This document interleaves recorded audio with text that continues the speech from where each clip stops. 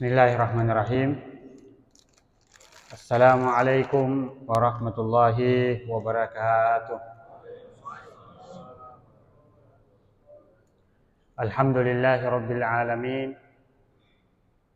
Nahmaduhu wa nasta'inuhu wa nastahdi wa natubu ilaihi wa na'udzu billahi min syururi anfusina wa sayyiati a'malina.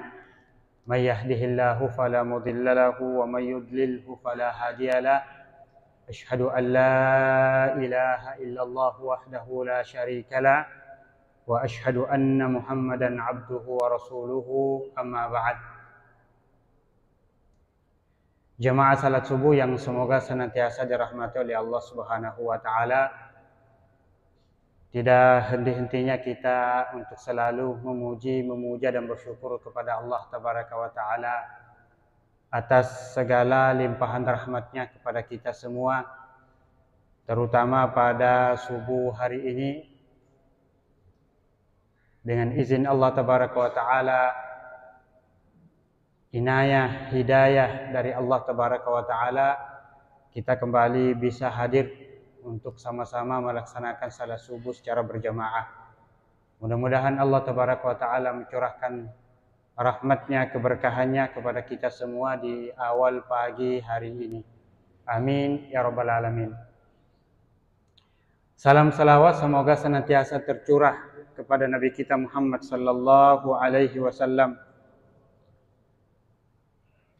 Lewat perjuangan dan kerja keras beliau kita dapat merasakan al-Islam, dan sampai hari ini kita berbahagia bahkan berbangga dengan Islam yang telah diperjuangkan oleh Rasulullah Muhammad sallallahu alaihi wasallam.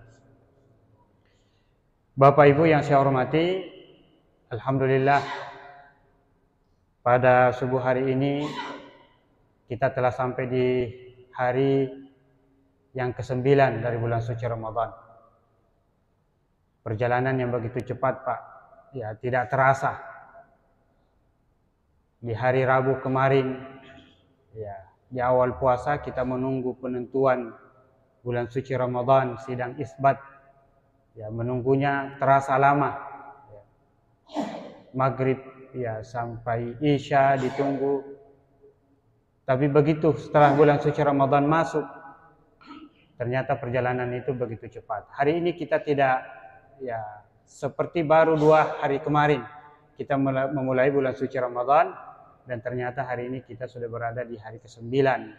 Artinya 8 hari sudah berlalu. Ya.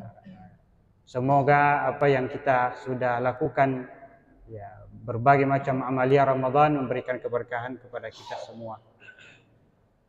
Jamaah salat subuh yang semoga dirahmati oleh Allah Subhanahu wa taala, tema yang diamanahkan kepada kami ya adalah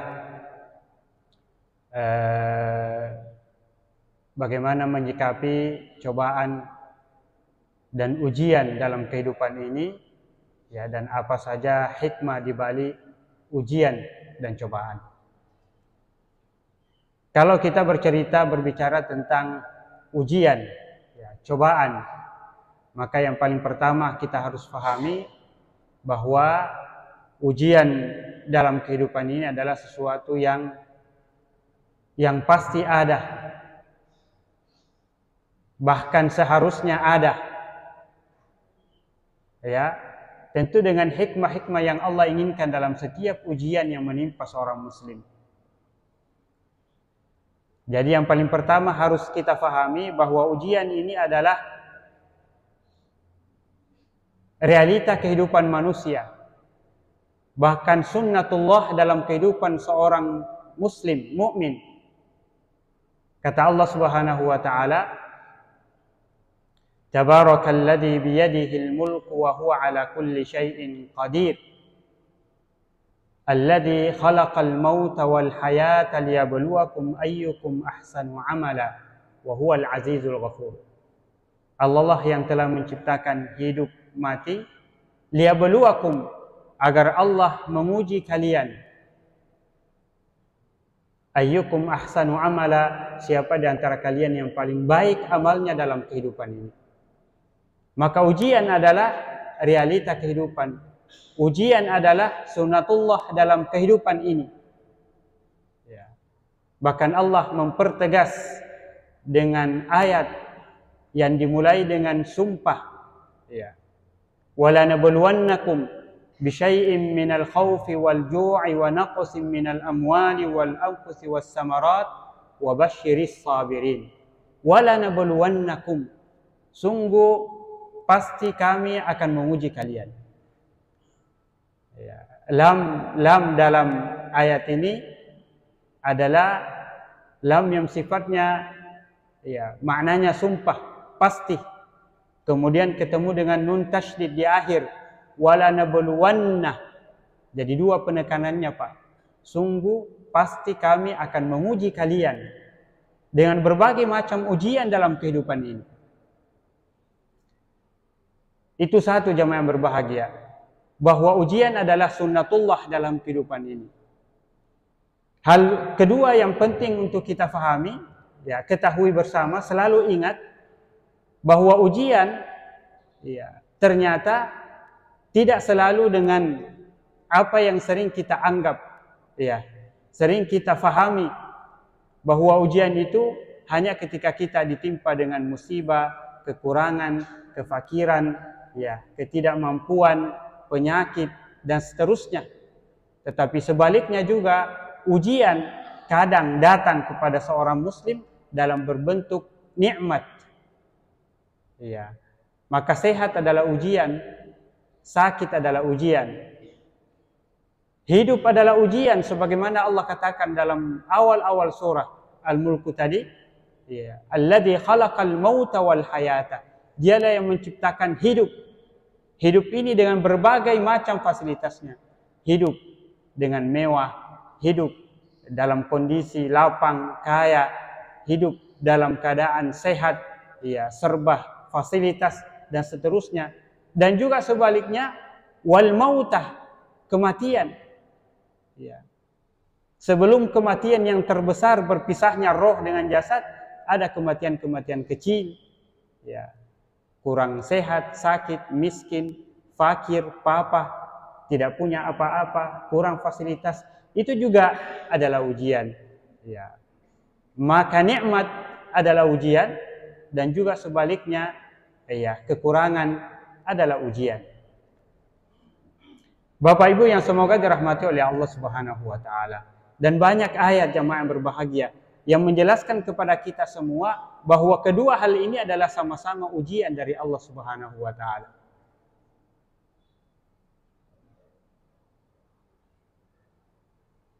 Yang kadang seorang muslim atau kita tidak fahami atau kita tidak sadar bahwa ya, ketika manusia diberikan oleh Allah Subhanahu wa taala dengan berbagai macam fasilitas kehidupan dunia, kemewahan, ya, kelapangan, kesehatan, kadang dia merasa dia tidak diuji oleh Allah Subhanahu wa taala.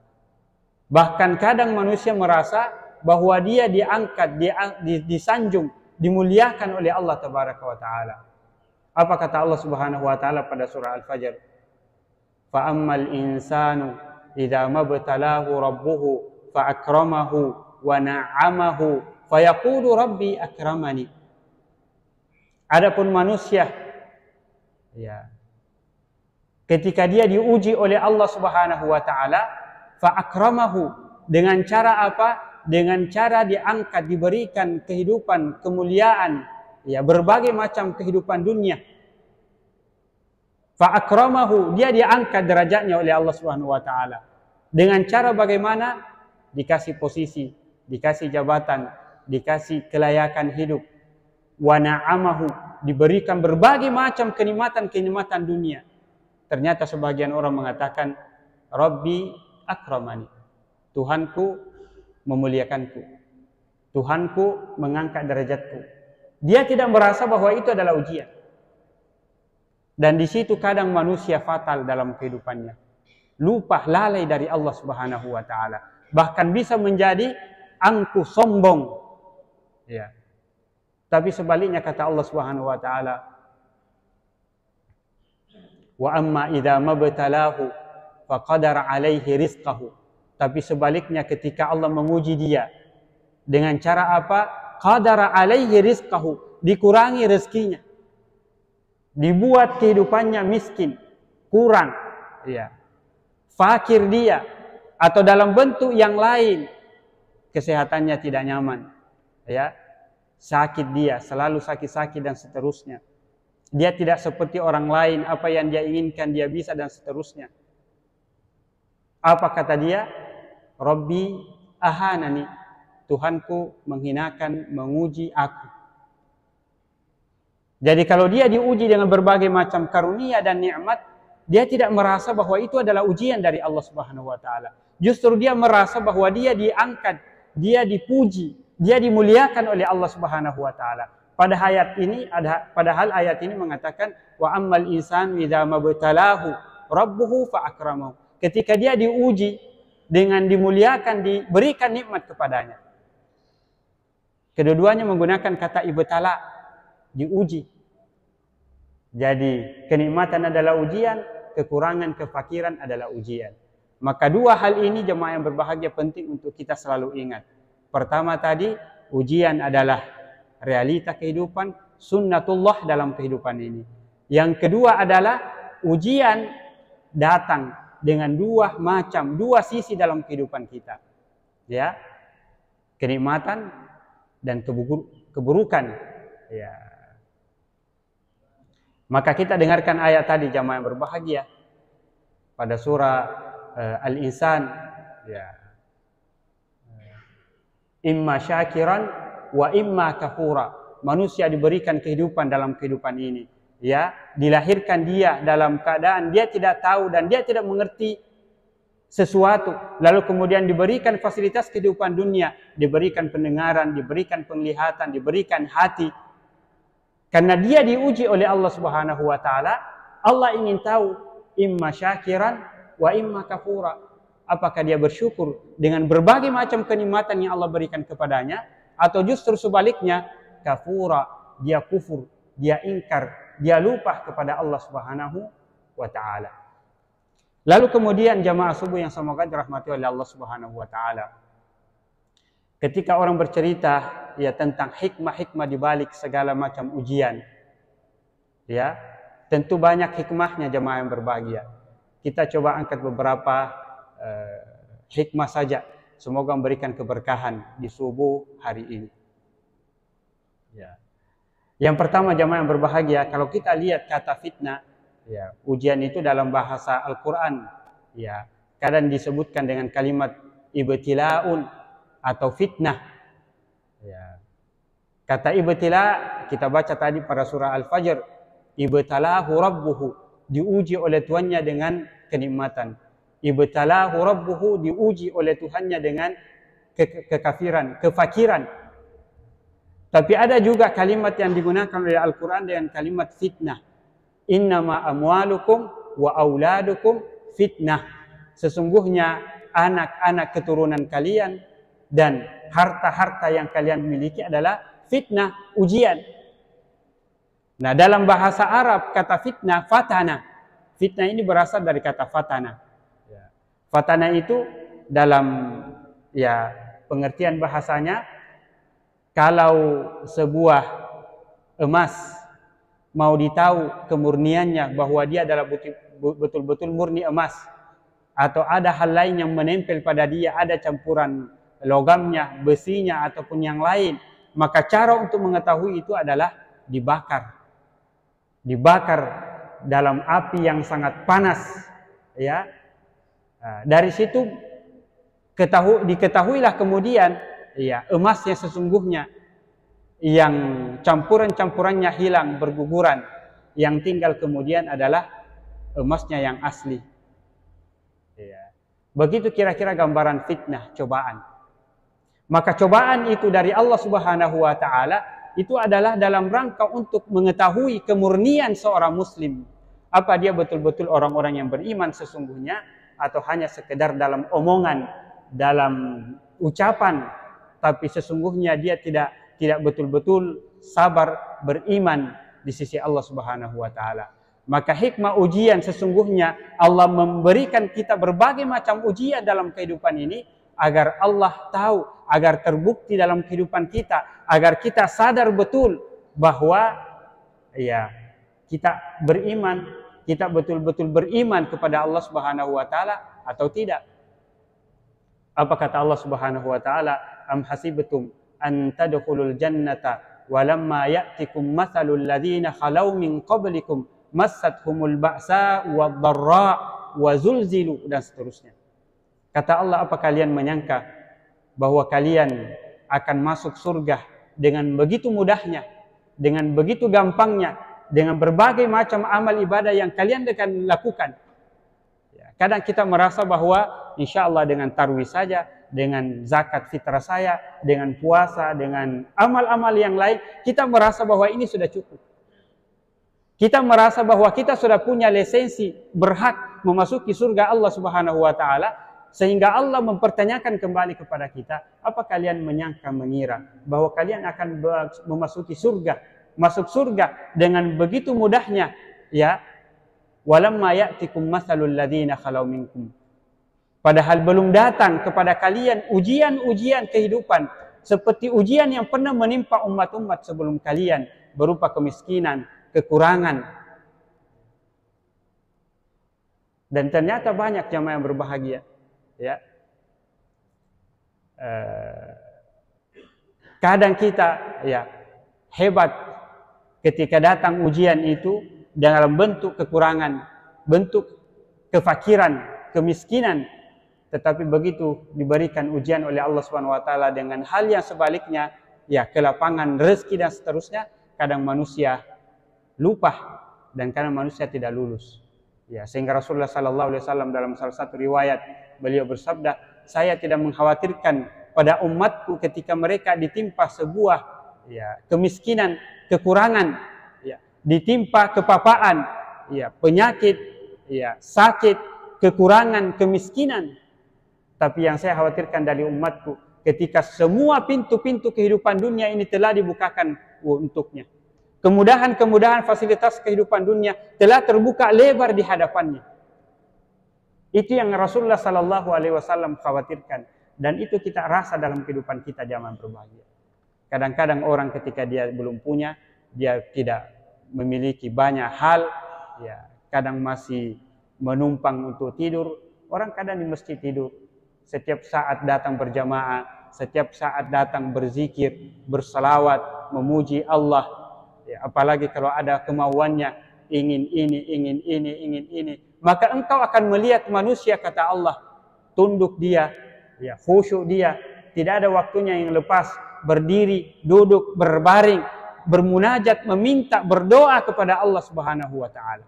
Karena ingin sembuh, ingin jadi PNS, ingin jadi ini, ingin jadi ini, dia merasa tidak mampu. Engkau akan melihat dia menangis, merintih, meminta kepada Allah Subhanahu wa taala. Tidak ada waktunya yang lepas.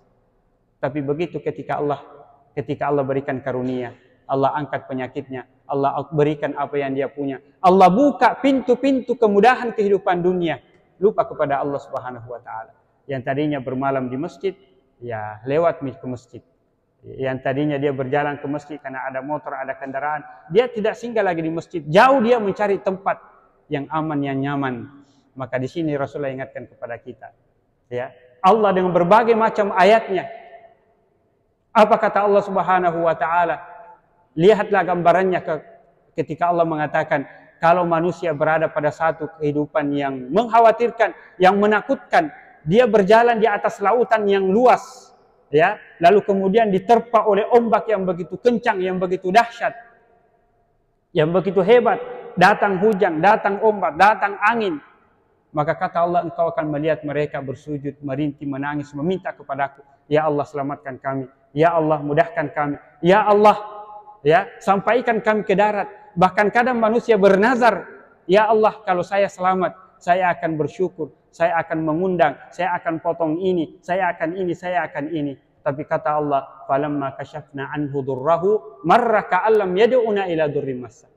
Tak kala penyakitnya dia angkat, tak kala dia diselamatkan, yang tadinya berada di tengah lautan yang luas, yang kelihatannya sudah tidak ada pintu keselamatan, tapi ketika Allah selamatkan dia berada di darat, lupa kembali, seperti dia tidak pernah susah, seperti dia tidak pernah miskin, seperti dia tidak pernah sakit, lupa kepada Allah Subhanahu wa taala. Maka ujian jamaah yang berbahagia adalah alat bagi Allah untuk mengetahui, membuktikan pada diri kita, bukan pada Allah, karena Allah Maha tahu. Supaya kita betul-betul dilihat, dipahami, ya, nyata dalam kehidupan kita bahwa kita adalah betul-betul orang beriman kepada Allah Subhanahu wa taala. Maka hikmah pertama dari sebuah ujian adalah untuk menguji kita sebenarnya apa kita betul beriman atau tidak. Apa ucapan kita di mulut kita sesuai dengan apa yang bisa kita buktikan dalam kehidupan kita atau tidak.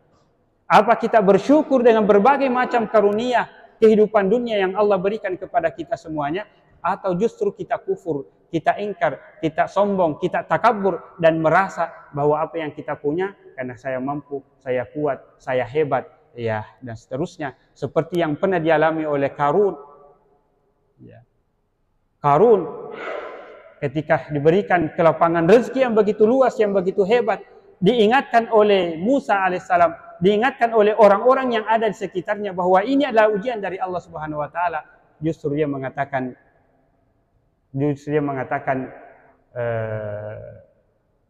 ha innama utituhu ala ilmin indi. Oh, saya punya ini, saya punya fasilitas, saya punya kemampuan, saya punya kehebatan, saya punya harta yang banyak. Utituhu ala ilmin indi, karena saya punya ilmu pengetahuan, karena saya orang hebat, saya orang cerdas dan seterusnya. Dan itu banyak, Pak. Ketika kita berikan kehidupan, fasilitas, ya, kemampuan, ya, kelapangan, kadang kita merasa, oh, karena ini saya hebat. Ini karena kemampuan saya berusaha berdagang. Ya, ini karena sekolah saya yang tinggi. Ya. Maka memunculkan ketakaburan, keangkuhan.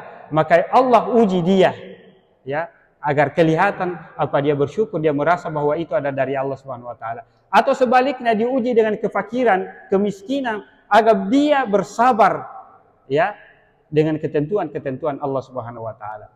Hikmah kedua jamaah berbahagia, ya, saya kira 3 saja. Hikmah kedua dari ujian itu adalah Allah menguji manusia, ya, agar dia selalu kembali, dia selalu ingat Allah Subhanahu wa taala. Pada surah As-Sajdah tadi yang Ustaz kita bacakan di rakaat yang pertama, ya. Kata Allah Subhanahu wa taala, la'allahum yarji'un wa lanuziqannahum minal adabil adna dunal adabil akbari la'allahum yarji'un. Sungguh kami akan merasakan, menguji manusia dengan berbagai macam ujian, yang kecil sampai yang besar. Kata Allah Subhanahu wa taala, la'allahum yarji'un, agar mereka selalu punya kesempatan kembali mengingat kepada Aku. Seperti apa yang pernah kita baca pada ayat-ayat tadi. Ya. Ya. Kadang manusia kalau sudah lupa kepada Allah Subhanahu wa taala, ya, sudah sehat dia, sudah kaya dia, sudah ia dapatkan apa yang dia inginkan dalam kehidupannya sehingga dia lupa kepada Allah Subhanahu wa taala, kadang-kadang Allah uji dia dengan penyakit supaya dia berzikir. Kadang-kadang orang Allah uji dengan kekurangan harta benda, Allah cabut hartanya. Dengan seketika, dengan berbagai macam Allah mencabut. Apa dengan gempa, apa dengan kebakaran, apa dengan pencurian, ya, apa dengan berbagai macam, ya. Allah cabut fasilitas yang kita punya dengan secara tiba-tiba.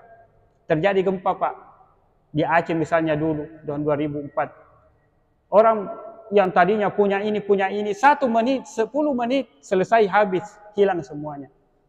Di Palu yang pernah kita lihat, ya, rumah, kendaraan tertimbun dalam hanya 5 menit selesai, lalu kemudian dia tidak punya apa-apa kecuali nyawa, ya, ruh masih bersatu dengan badannya. Itu saja yang dia punya. 1 menit, 2 menit Allah cabut dia. Apa kata Allah Subhanahu wa taala? La'allahum yarji'un, agar manusia itu selalu ingat kepada Aku. Kalau orang sudah kaya, lupa kepada Allah Subhanahu wa taala, sesekali Allah pelintir dia dengan ujian, baik kecil ataupun besar, supaya orang kemudian berzikir. Lihat maki, kalau sakit maki, berzikir lagi. Kalau sehat ki, lupa ki lagi. Ya.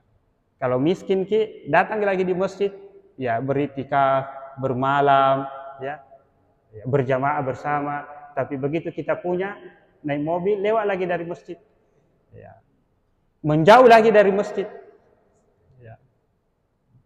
Kalau lagi sakit kita, tidak ada waktu lepas dari zikir kepada Allah Subhanahu wa taala.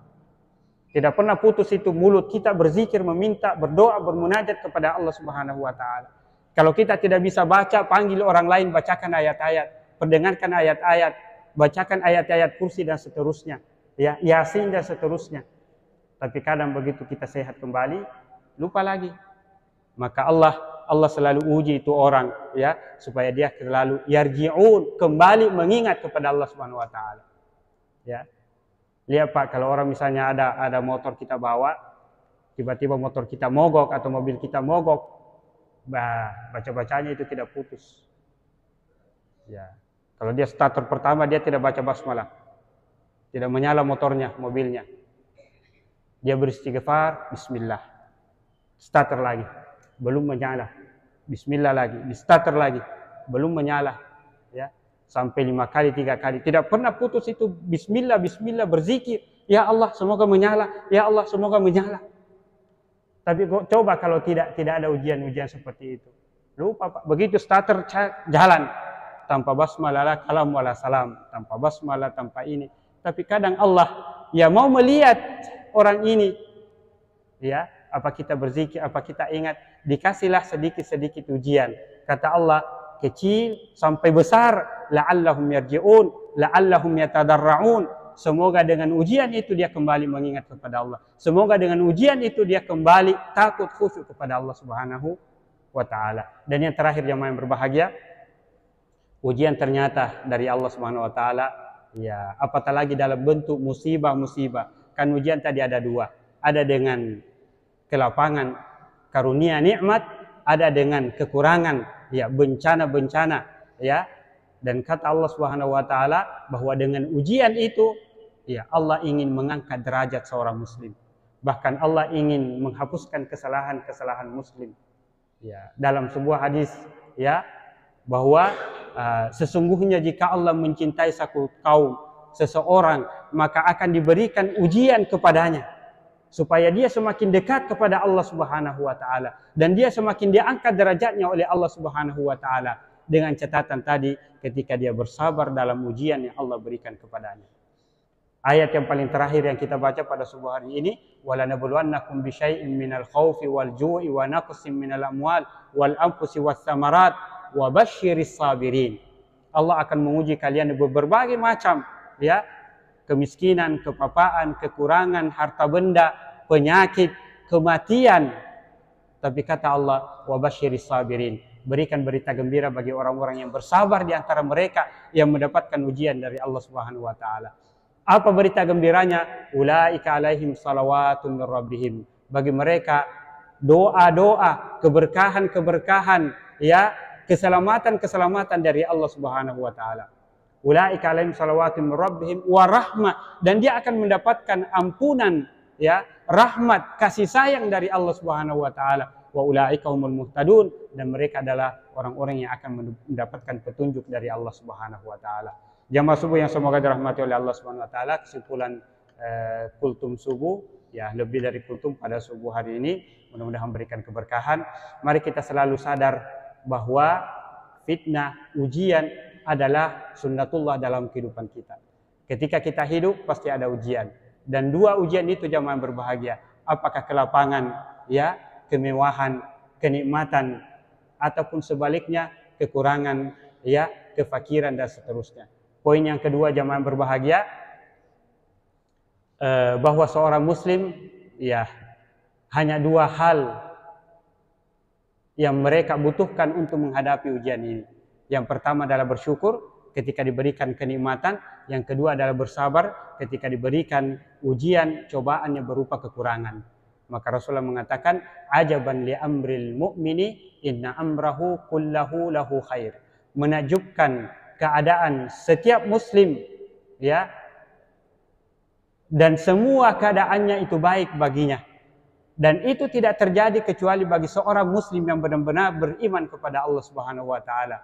In asabathu sarra'un syakar, kalau dia diberikan nikmat dia selalu bersyukur, fakana khairal lahu, maka itu baik baginya. Wa in asabahu darra'un sabara, dan ketika ditimpa kesusahan, kemiskinan dia bersabar, fakana khairal lahu, maka itu juga baik baginya. Maka kenikmatan adalah ujian, dan itu adalah baik bagi seorang muslim ketika dia bersyukur. Dan kepapaan, ya, kekurangan adalah ujian, dan itu baik bagi seorang muslim ketika dia bersabar menerima ketentuan-ketentuan Allah Subhanahu wa taala. Mudah-mudahan kita termasuk orang-orang yang muslim dengan benar, ya, siap menerima berbagai macam ujian yang datang dari Allah Subhanahu wa taala, baik berupa kenikmatan ataupun berupa kekurangan. Mohon maaf atas segala kekurangan. Usikum wa nafsi bitaqwallah. Wassalamualaikum warahmatullahi wabarakatuh.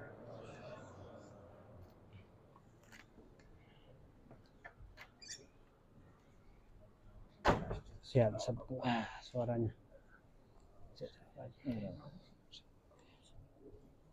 Haji.